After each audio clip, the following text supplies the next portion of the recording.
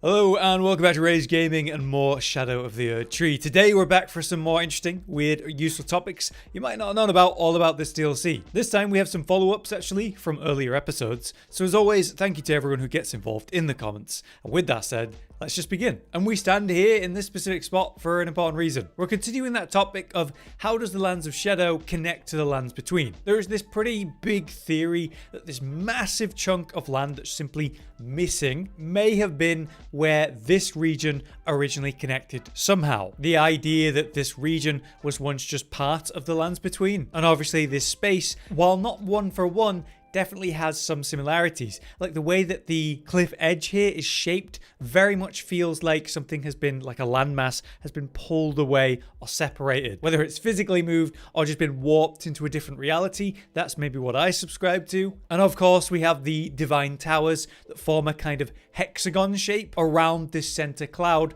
right here. Now, as I showed in the video we were talking about this topic, when you swap back to the Lands of the Shadow, if you look at the suppressing pillar here, this is kind of towards the southern point of the Shadow of Erdtree, but it's this theory that it could fit nicely in the center of the original map, maybe under this cloud or something like that. We've shown different positions of that, but if we're going to subscribe to this theory, there's a couple of topics that I like that kind of continue it on. Take the whole region of the Jagged Peaks. This is where Bale resides in this very crater, right? This is at the bottom right of the map. You swap back to the original map, and over here at the far right side, but I guess this is more like directly above everything, is the crumbling ruins of Farum Azula. You could imagine that the crumbling ruins of Farum Azula then would be somewhere over here, hanging above the Jagged Peaks. If you imagine Bale, who fought Placidusax of the dragon faction, was defeated and cast down, where would he fall below that? Well, I guess it would be the Jagged Peaks. Obviously, in the Jagged Peaks, you have a lot of dragons, and that giant one for the Grand Altar as well. Now, if we take this bottom right area and swap to the original map, think about Caelid as well. Why are there so many dragons in this region?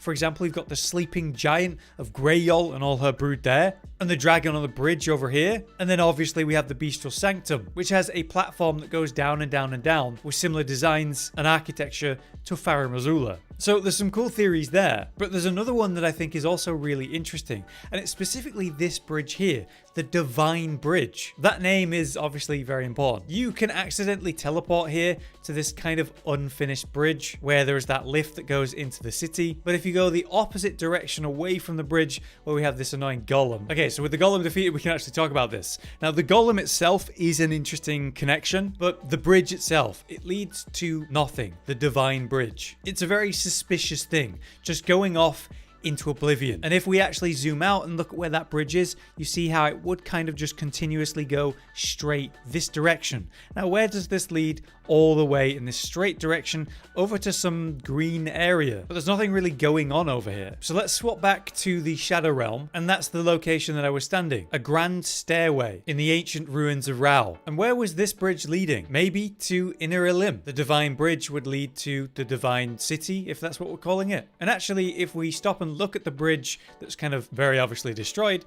hang on, there's another golem. The same kind of golem, just one with a bow instead. So I do really like this theory that the Divine Bridge would lead to Inner Elim, and its former connection was, of course, Lindell. I don't know if there's anything in this idea that the Divine Bridge leading over here, you know, where this green section is, has anything to do with the current green area we're in of Rao, but there's definitely some interesting connections to make. So what do you think? Next up, we have another topic, the Bonny Village, and how it's become this horrible ruin. Just to the south over here we have the Bonny Jail, where it would appear that these warrior jars are being created. Now, in the Bonny Village to the northeastern side, we have a statue and what is a very suspicious looking tree. Here we have the Oh Mother gesture that you get that allows you to access the hinterlands. Further, the actual statue that you get the gesture from is the exact same statue that you find in the Shaman Village where Marika came from. And there's a tree with a kind of hollowed out shape to fit that statue, much similar to this absolutely destroyed tree that we find in the Bonny Village. It's theorized then that this was not originally the Bonny Village, another Shaman Village, just like the one that we find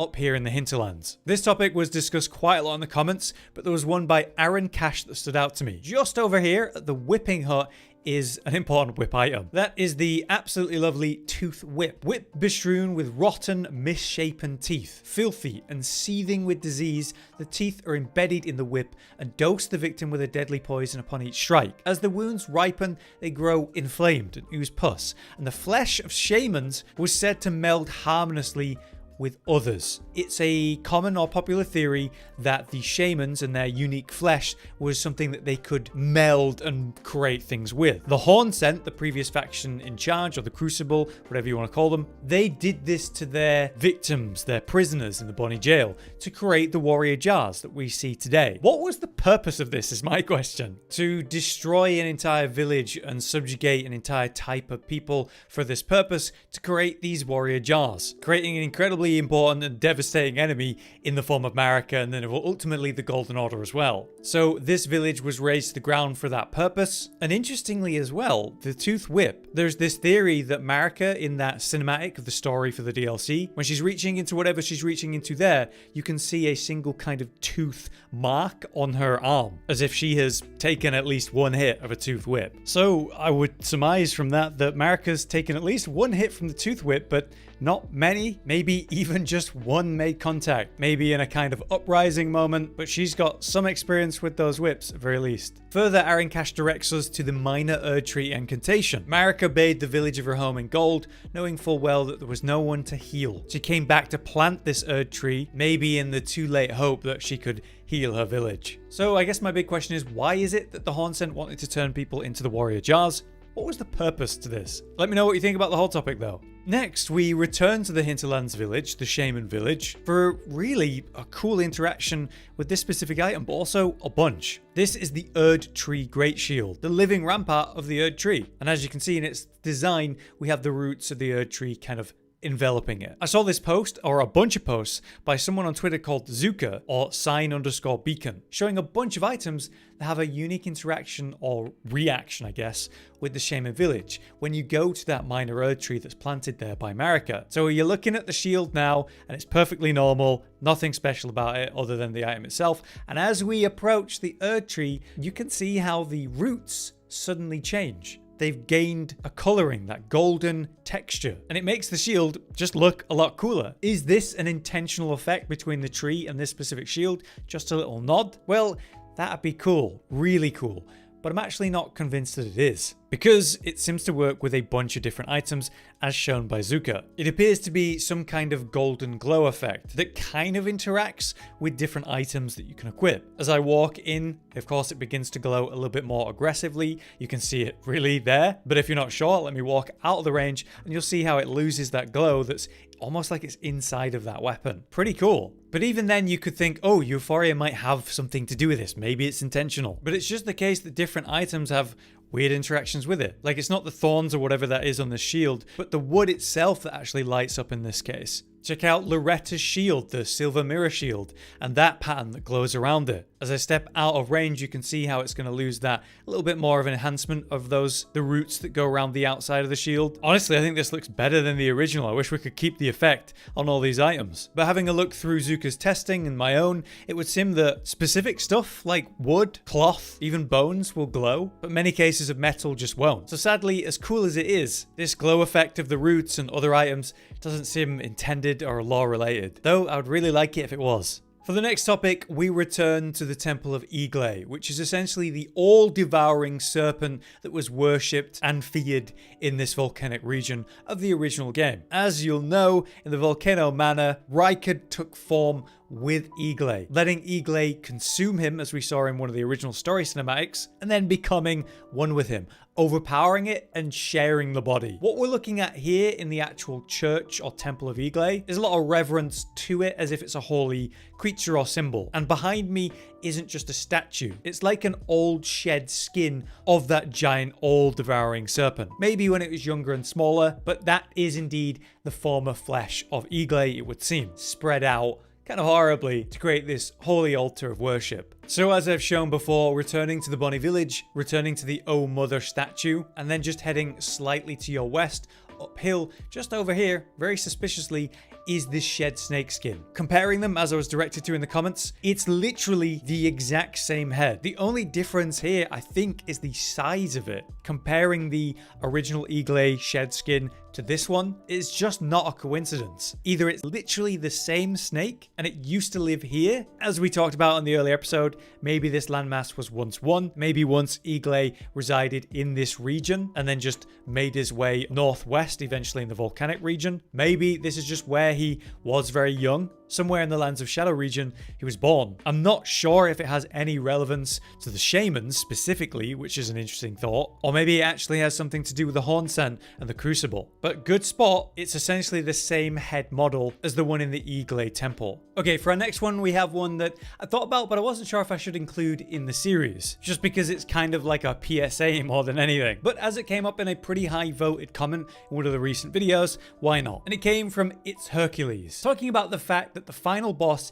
is a combination of two bosses, and we're going to talk about that briefly. So, spoiler warning, we're going to talk and show the final boss briefly. So, the final boss, Consort Radahn, is using kind of like the soul of Radahn and the body of Mohg, right? That's how he's been revived and used for Miquella's purposes. Now, if we think about a pretty important and effective item for the Mohg or even Morgott fight, if you're doing that, it's the shackle items. And this one's obviously for Mohg. Briefly binds Mohg once imprisoned to Earth. So essentially what it is a short CC. It's nowhere near as effective as you might hope it would be, giving you an opportunity to recover and also punish them like a free mini stun. The fact that we're dealing with Mohg's body should mean that Mohg's shackle works. Briefly binds Mohg. It is Mohg's body that's in the final boss fight of the DLC. So that was Hercules' question. This should work in that fight, no? After all, it's a really tough fight, and a little brief stun for one punish isn't a big deal. It'd be a nice way to, reward those that are paying attention. So I already know what happens, but just to show you it live, basically we've got the final boss fight. He's gonna come flying in, we dodge that, we use the shackle item, and nothing happens. It does not work for whatever reason. It does not bind this Consort Radahn using the body of Mohg. I would love to see a patch where they just include this, but I also kind of can't see them doing that. Pretty much because I feel like it's the kind of decision Miyazaki would need to make or something like that. So while these shackle items are definitely useful, the way they can interact with the traps in your original catacombs, they can reveal illusion walls, and as we now know in the DLC, they can also auto-activate your spirit springs, dealing that big AoE tick of interaction, breaking the blocker, even without ever going over to it. Pretty useful, but sadly it does not work against Consort Radahn, and that is just really disappointing. Again, I really think lore-wise, it just should. So there you go, Hercules. There's that little PSA. But there you have it, another episode of things you might not have known about in this DLC of Elden Ring. Obviously, this was very lore-focused today. They're not always as intense as this, but there was just some really good topics that I wanted to talk about, and I'm really interested to hear what you think about it all. So let me know in the comments. As always, thank you to everyone who gets involved. If you have anything that would be more useful or lore-related or whatever, let us know in the comments. We might include it. But for now, I've been Hollow, you've been you, and thank you for watching. Josh, Cotton, and Hollow with the videos, dropping the humor like a hammer on your tippy toes, bringing entertainment on a daily arrangement to take our insanity and turn it into entertainment. Yes, I said entertainment twice, to reiterate that it is nice to look into your faces on a mostly daily basis when you let us in your homes to make the whole world a stage. Goodbye.